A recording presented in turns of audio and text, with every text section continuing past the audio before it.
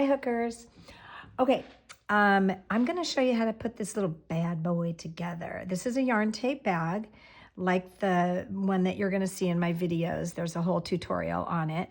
The only thing that I did differently is this time I carried a variegated yarn. Variegated just means mixed colors. A variegated yarn with the yarn tape. So I did not double the yarn tape. I only doubled it for the handles, which I'll show you later. So that's the only difference. And I used a 4.0 millimeter hook. And just like the video says, I made 2 panels. And again, you know, sizing is completely up to you on this. I think I have, let's see, 1, 2, 3, 4, 5, 6, 7, 8, 9, 10, 12 windows. And then windows up and down, and then across, I wanted sort of a square bag. I think I have 17, 1, 2, 3, 4, 5, 6, 7, 8, 9, 10, 11, 12, 13, 14, 15, 16, 17. Okay, so I've got those 2 pieces. I've got 2 straps, which I'm gonna show you how to attach. And these are kind of cool. I used the cord method, and there's a short video that you can, not in the videos, in the shorts, that explains how to make this. It's just a round cord. It's kind of fun to make. And I liked how it looked with the variegated yarn. And then of course I have my gusset, which is gonna go around the bag.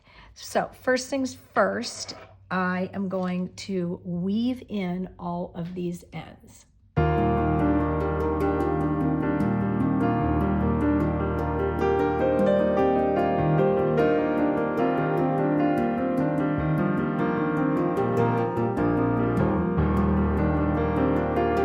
Okay, so we're all woven in, all of our ends. And now what we're gonna do is we're gonna start attaching the gusset to the bag. So how do you know which is the right side and the wrong side? I get asked this question a lot. So find where your chains are, your initial chain. You can see that that's flat, okay? And then look on this side. See, now that looks like your flat chains. See how that looks flat, but it's not next to the chain. I want you to compare the two. That's your initial chain, this one on the right, see? So you find your initial chain. That is your correct side when you're holding that up. So this is the right side, the correct side. And then I found my chain here, my initial chain, and that's the correct side, okay? So I'm gonna work with these correct sides facing each other, okay, like that, because I'm gonna kind of be making a seam. Okay, so let's double check my right side, and then I flip it. Okay, good, we're good to go. Okay, now, same thing with the gusset. See, you can, that's easy catch right there. It looks like your initial chain. And then I'm going to, that's gonna be the correct side. So I want the wrong side, you could say, the back side. That's where I'm starting, okay?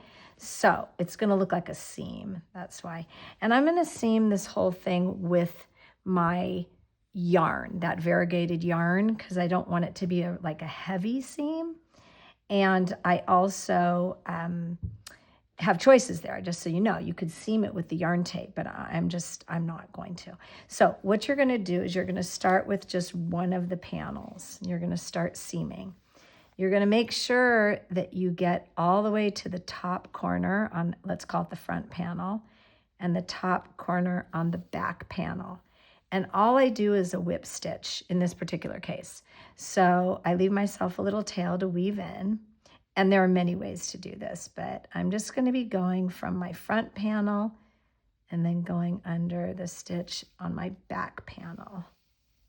And that's what I'm gonna do. I'm gonna whip stitch it. That's called a whip stitch.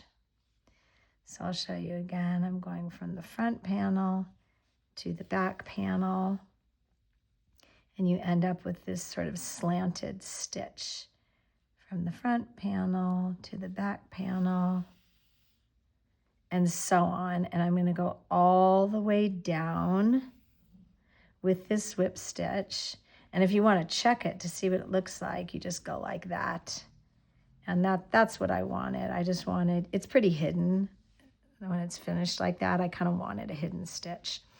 Okay, so I'm going to carry on with this all the way down the bag.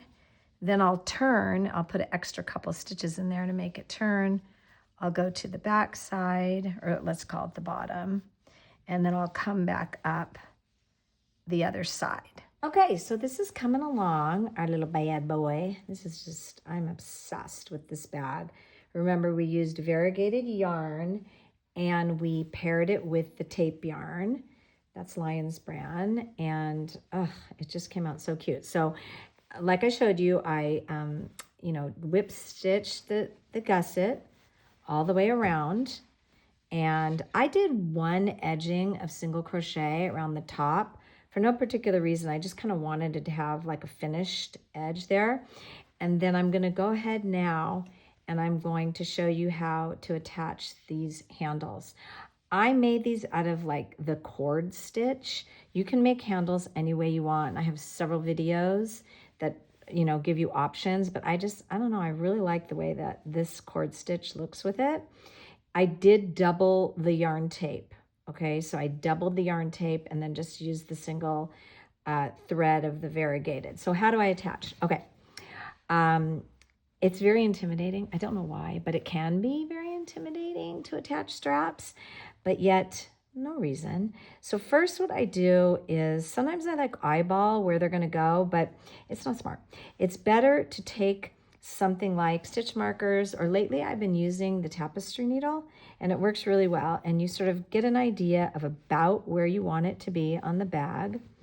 And then you can use your tapestry needle just to kind of like tack it in there. See how I'm doing that? Just like that.